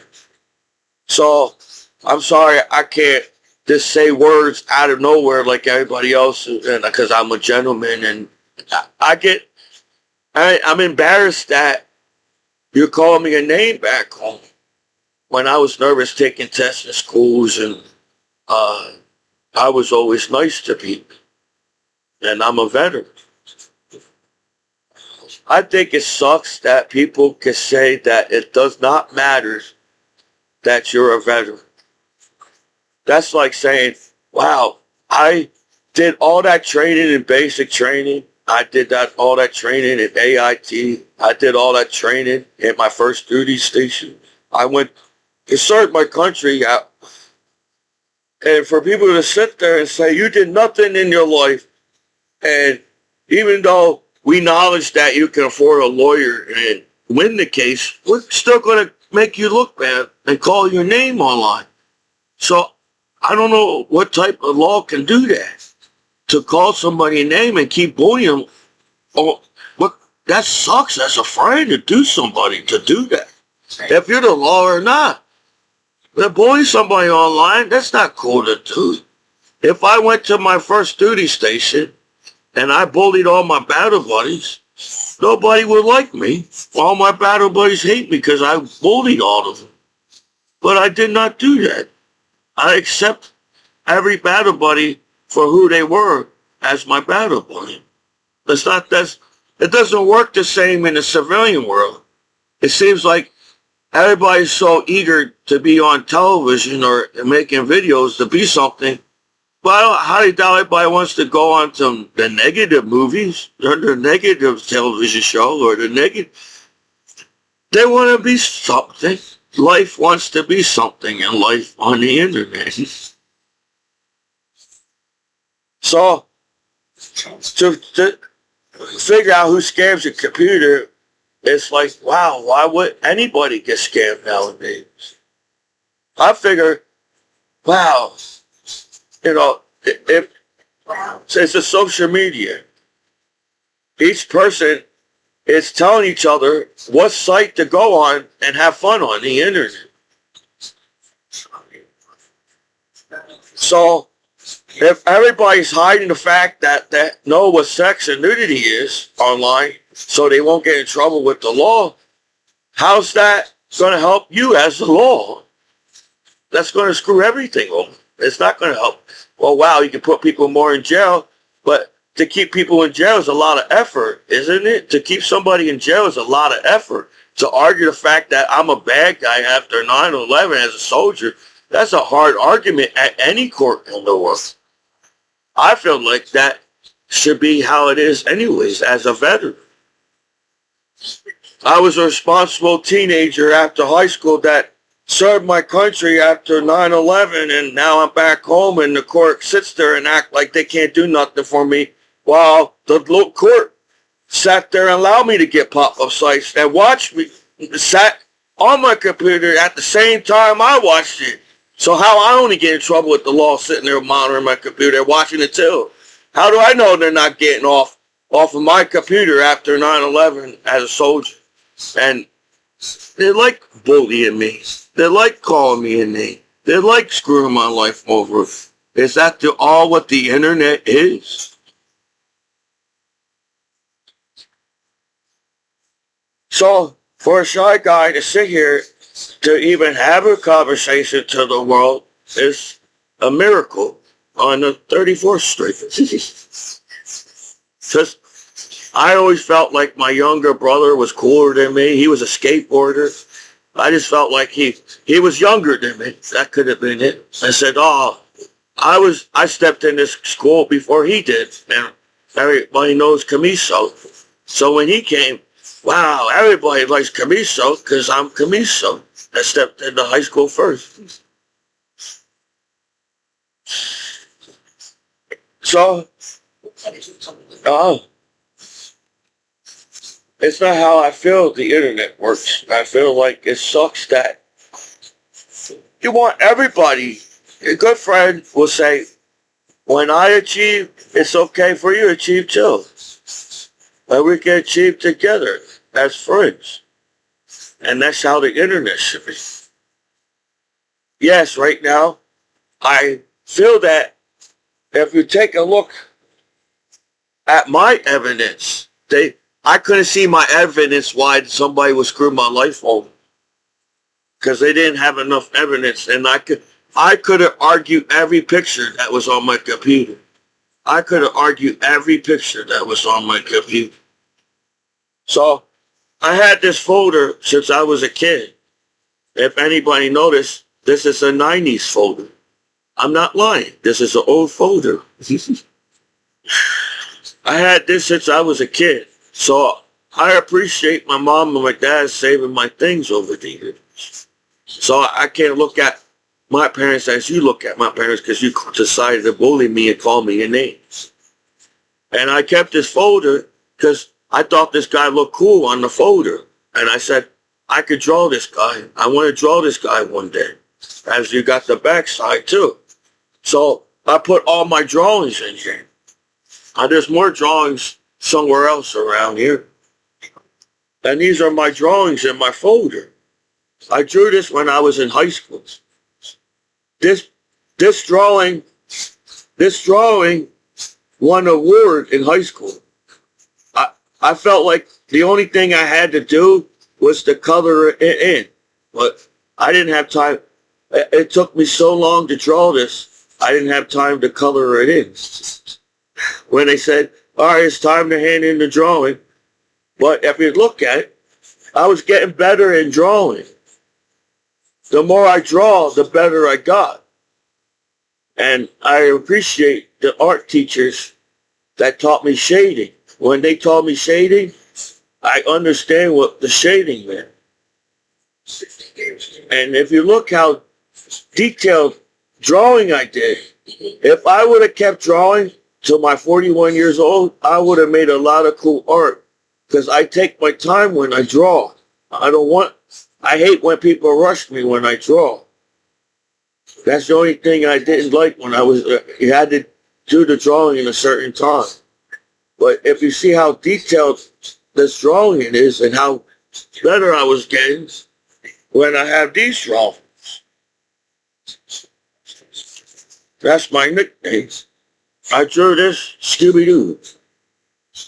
Scooby-Doo. That's a cool drawing. When I drew this one, I drew with a pen. This is a pen. You know how hard it is to draw with a pen? Then I realized, wow, you can shade with pen. Only thing with pen is, if you mess up with pen, you got to start all over again. So I shaded with pen. That's a pen, not a pencil. And I noticed when I drew this with a pen, it looked like I drew it with a pencil. It looked like I drew this with a pencil, but it's a pen. And I learned how to shade with the pen. Because the pen was dying. So I noticed, oh, there's still ink. It's lighter ink. When the pen dies, it's lighter ink. And now you can shade with the pen with the lighter ink and get the darker pen with the newer pen. That's why I needed pens to draw. I was bored, so I was drawing. So I was trying to draw that famous painting that is called the Lady with the Earring, or Lady with the Earring.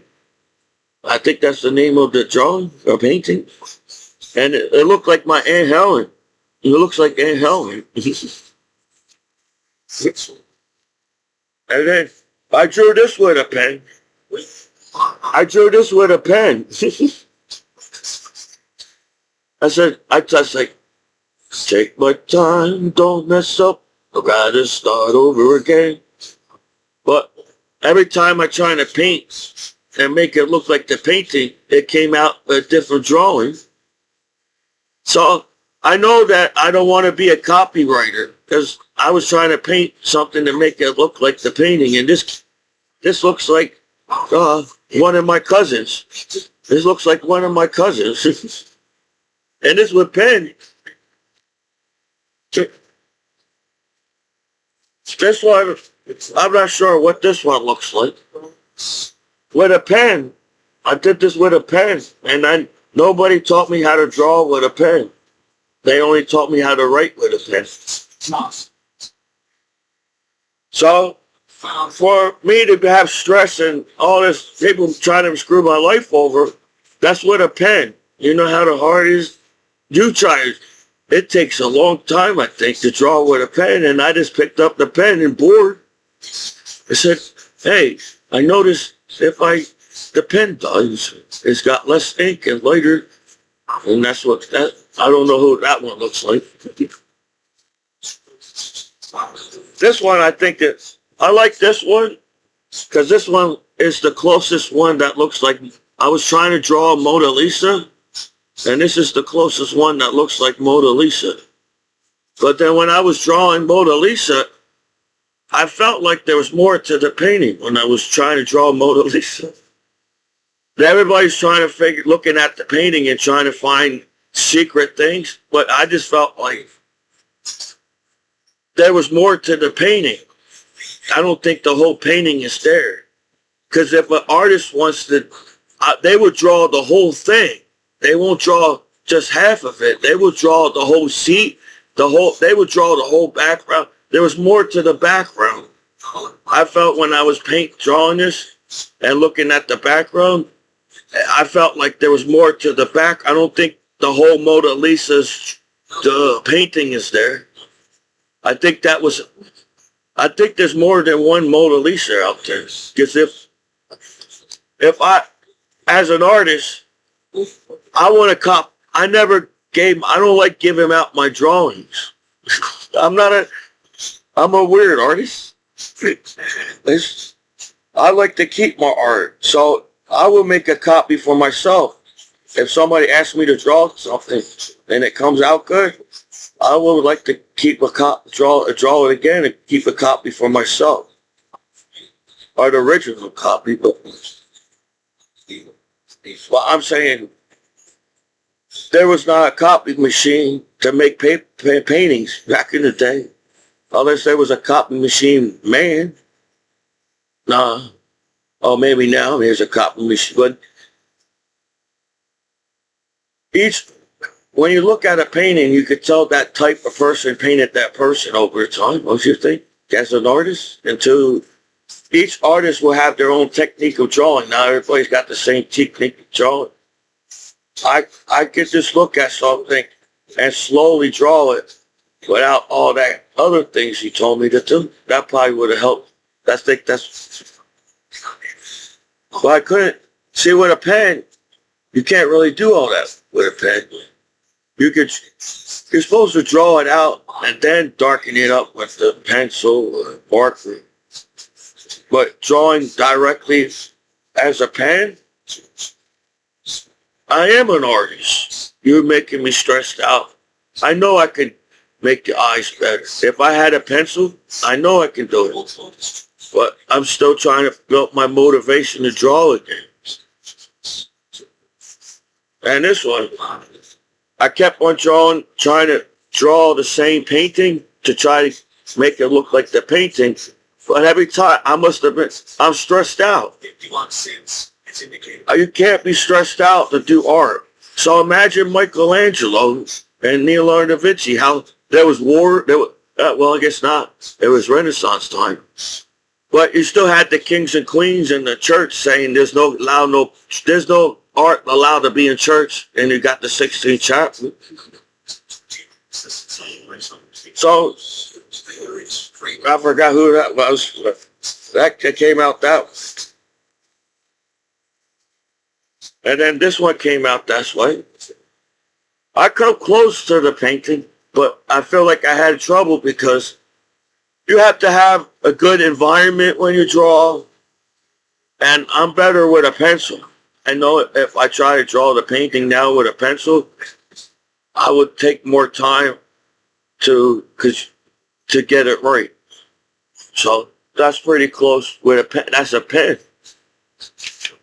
And I never learned how to draw a pen before. Now this was cool. I thought this one came out pretty good. This is a pen. I said, this came out pretty good for a pen. I said, I was getting frustrated because I wanted to make it look like the painting, but it kept on not doing it. But I said, oh, well, this one looks pretty good. And then this one, that one looks like the actress. Does that look like the actress in the movie? It was from the painting. So I was trying to draw the painting again in pen. I see the shadowing. I know I can do. I get when I look at something. If it doesn't look right to me, I do it over right. And this one, in pen. So all people do is bully each other nowadays and call each other's names online and everything. So, whatever. I was trying to search art on the internet. Nudist is a type of art. Being a nudist is a type of art. Nudist is a community online. So, it's hard to follow your goals and dreams when somebody's scamming your computer saying you're a bad guy because you scammed my computer after 9/11. When I drew this with a pen, so I know I could draw better than this. I feel like Michelangelo was a perfectionist. A perfectionist is everything has to be right. If it's not right, say, if you build a chair and you say, I'm a really good carpenter and I don't think I built this chair strong enough the right way, and you want to rebuild that chair again because you're a really good carpenter. It's not, and you're a perfectionist. Not, imagine being Michelangelo trying to paint the 16th chapter. Holy crap. Was it 12 years? 12 to 14 years to paint the 16th chapter. And he's a perfectionist, man. That's why he was getting on the Pope's nerves. He said, this is not the right color. I didn't do the right colors. This is not the right drawing. I got to redo it. And every time it said, why don't you just put the painting? If I was a painter, that would be me, because I said, no, this is not right. I don't feel it. I paint so slow. They said, what are you doing? This one. I was trying to draw the same thing over and over and over and over and over and over and over. Well, I was always getting a different result when I drew the damn thing, and I was getting upset. But it's pretty good with a pen. So that's with a pen. There's another one. The arm's not right. I was getting better at drawing the hands though. Every time I have trouble drawing hands, but I got it over the time. But as a pen, that's pretty good. As a stressed out veteran, everybody's picking on me after 9/11. And this one, it just came out every time I try to draw the painting. Well, it always came out a different way. So this was cool. That came out pretty good. That's Roger Rabbit and Laura Rabbit. That's a good one. And I drew this when I was a kid. That's the pen. I drew it out first, then I used the pen, I think. Yeah, I don't know. I don't know how this happened. I drew this with a pen. Ghost Rider came out pretty good.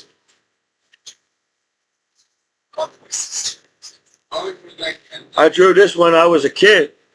I had an imagination. I was coming up with my own character. Look at that.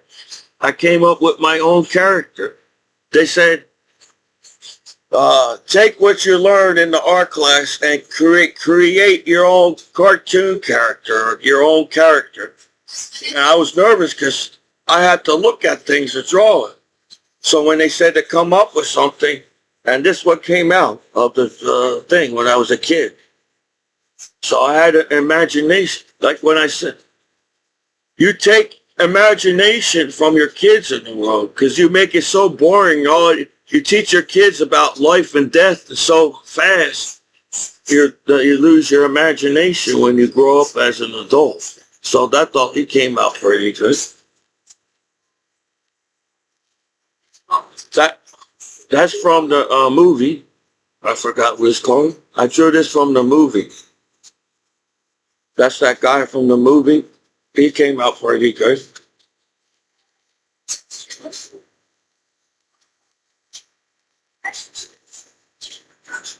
And then I feel like I made this guy up.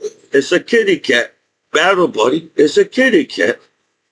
G.I. Joe. It's my friend, the kitty cat. He's gonna. That's a cool. He came out pretty cool. As a drawing. Then Sonic the Hedgehog. I had trouble with his hand, so I was trying to cover up with a sticker. This hand came out pretty good. For some reason, maybe I was stressed out, but this still came out pretty good. And then let me put some of these away so they won't fall down on the ground. If people don't think I appreciate things as a veteran just to take me the wrong way, you get me in trouble or whatever, crap how the internet. I think it sucks that people do that to each other.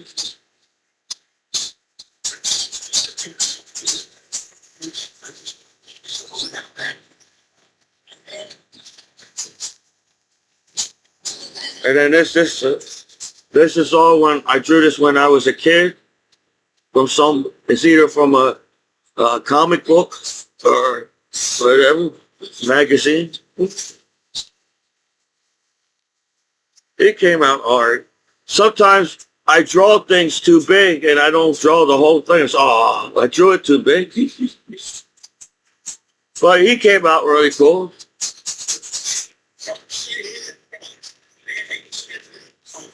The mouse fell down.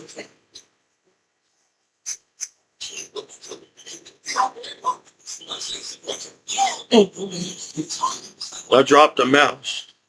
So, this one I drew, but can you draw nudity and they get mad at you too? Probably, because they're weirdos.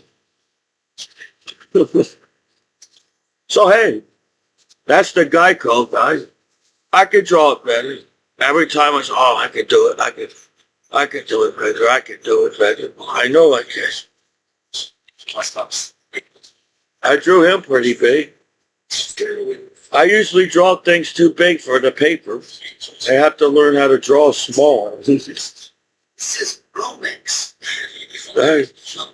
He came out pretty good too. Look, A little tiger there. There's a little tiger. And then I drew this, Star Wars. Star Wars. That's another one right there. Zero. What's nudity? Nudity is a type of art. If you all look at it in different ways, doesn't matter. I drew this one. I was stressed out and I was in the combat PTSD unit and they told me to draw something. So I drew a Scooby-Doo and he's like in the land. I wanted to draw his body, but I didn't have time to draw his body. So I just drew it like that. At the PTSD unit. I think flowers are hard to draw. Flowers are hard to draw because there's so much details to draw in a flower. But this came out pretty good as a flower. And then I think I guess you have to. I don't know if I used a ruler or not. I could have used a ruler to draw the line across the paper, but I don't think. I was getting better in drawing. Now I'm stressed out. I'm stressed out. I drew this on the line paper. I drew this on the line paper. It's not even drawing paper. I drew it on line paper. Then I drew this guy. Oh, look. I gotta forgot. I could have been Malcolm X. I don't know who that is. And then I drew this on the back of this. I thought this came out pretty good. Now look at the dog. I was stressed out and they kept telling me to draw something. I said, I drew this. It came out pretty good. I didn't get to finish this one.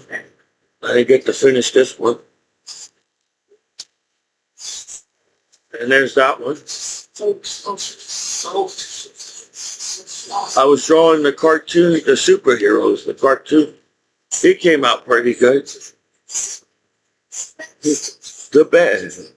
But it's not cool, man. I drew that from a comic book. So I think I got, there's that guy. The Jack-o'-lantern guy.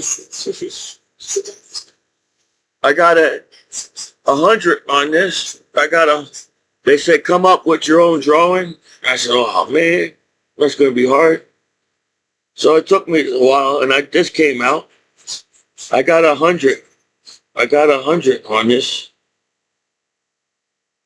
I just had to come up with your own.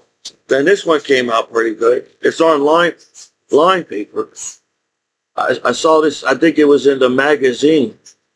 I said, oh, this guy looks cool. I'm going to try to draw this from the magazine. And it came out pretty good.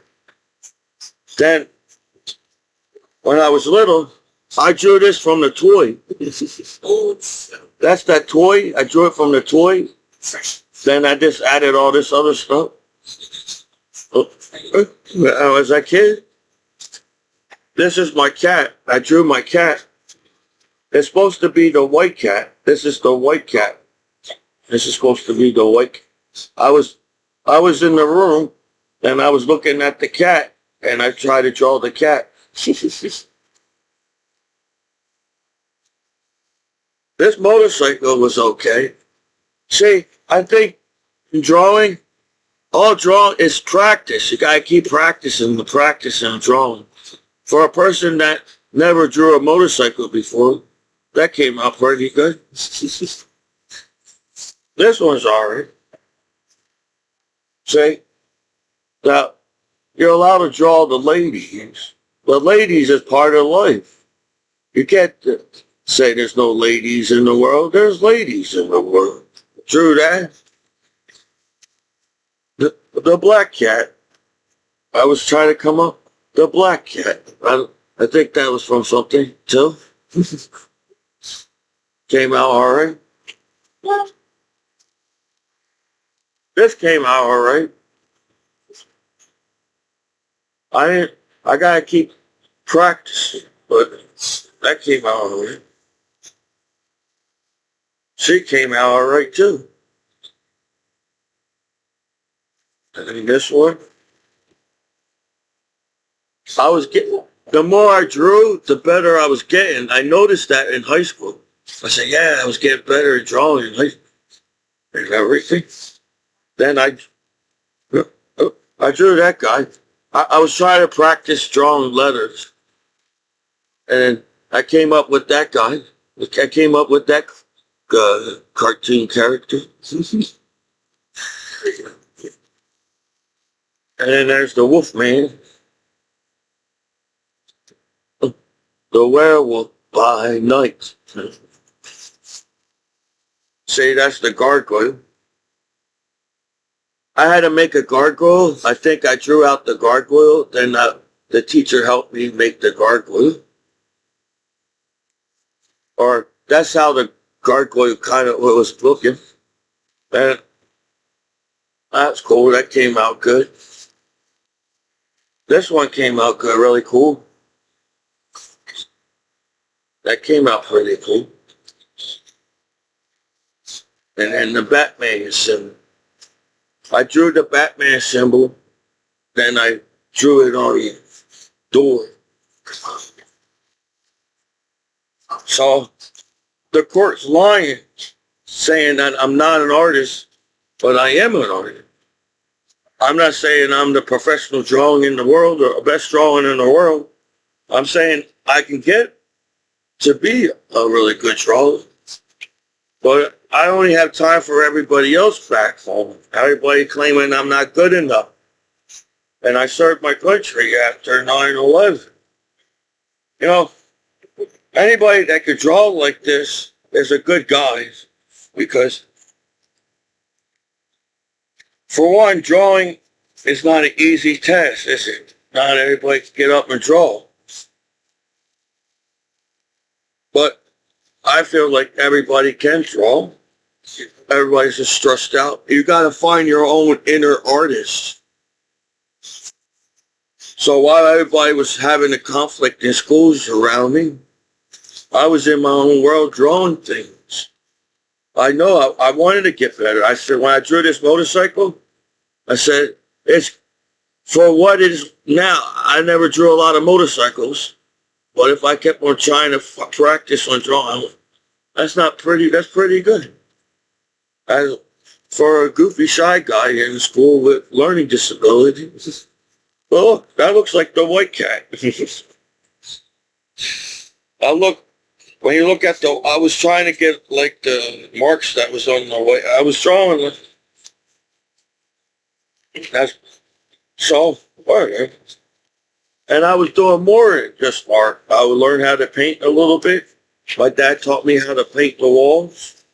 So I'm a really good painter, but I'm just a slow painter.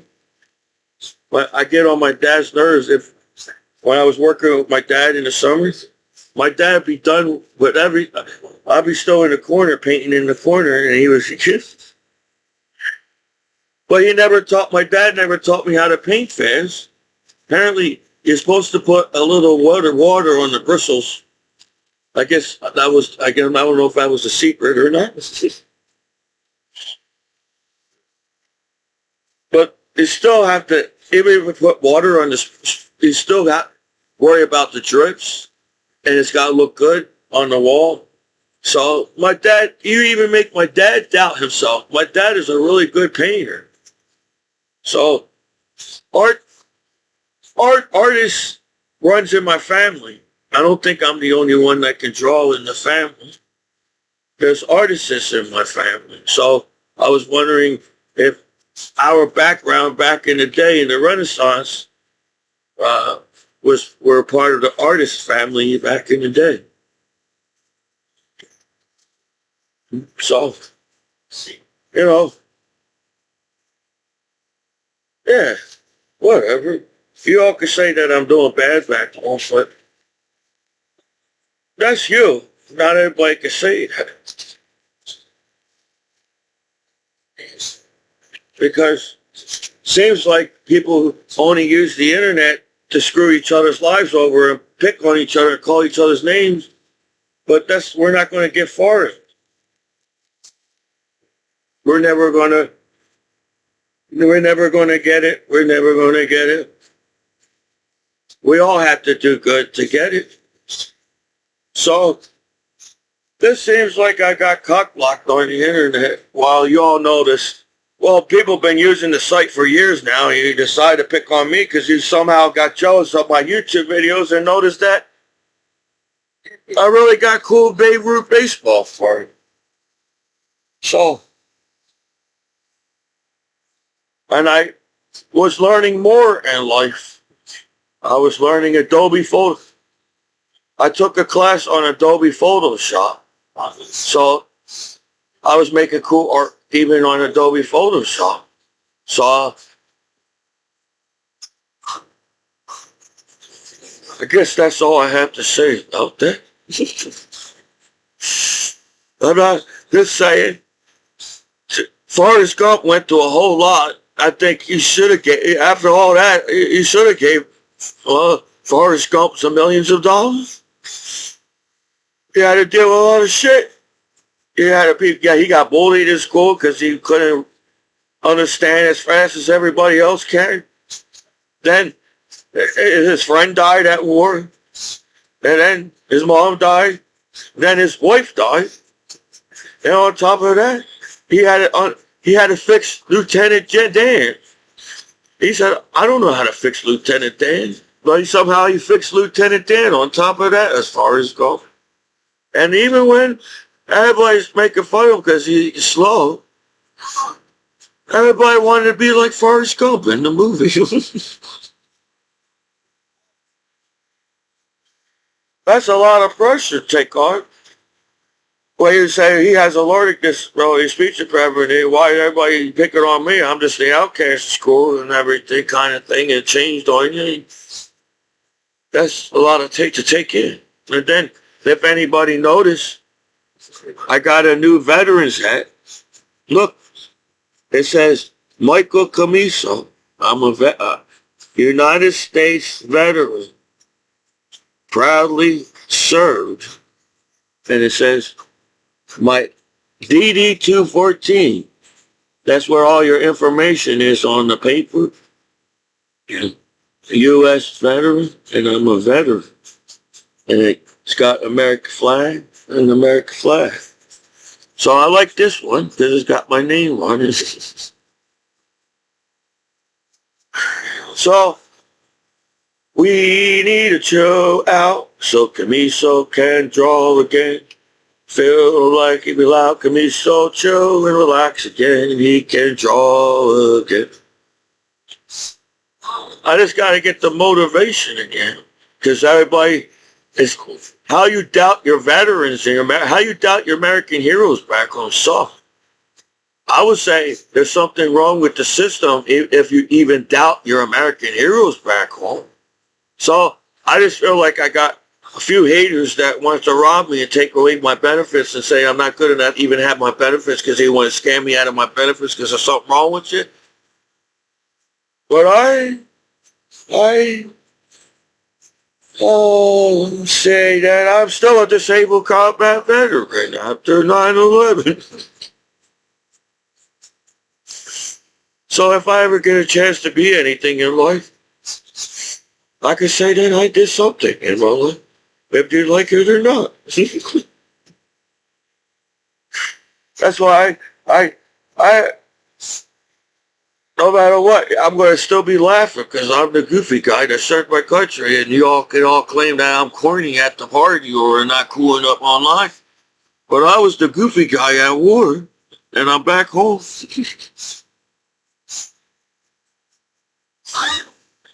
So, that's all for today. I had to let some words out and some steam. You know, you don't give your veterans to let out their steam. You know what year this is? It's not when I was a teenager, no. A lot of years went by so fast. And when you wake up and say you're 41 years old, it's like, wow, what's going on back home? Time anybody does anything for the veterans. That's what I think that's what's wrong with.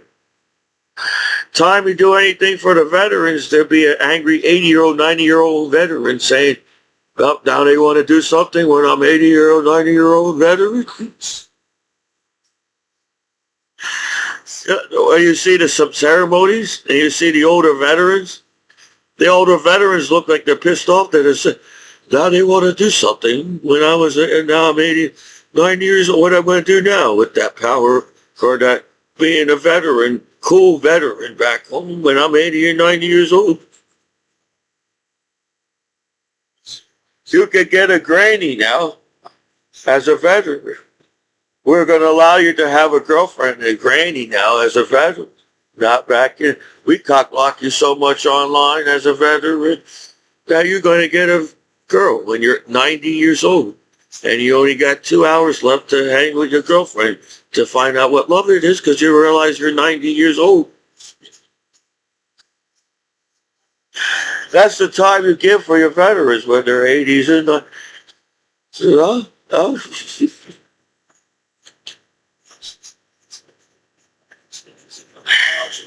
That's why I say there's something wrong in the world. It's gotta be. I mean, like, if really people wake up and all the thing they can think about is try to hate each other on the internet. Just me making the YouTube videos, I'm stressed out and I need to take a break from that. Well, hopefully I connected with somebody with the community online. If not, maybe the aliens from outer space understands Commiso. So if you ever had a chance to talk to aliens, maybe I should try it out and see what happens. Alright, that's all. This is your disabled combat veteran after 9/11. Michael Commiso and the Battle Buddies online.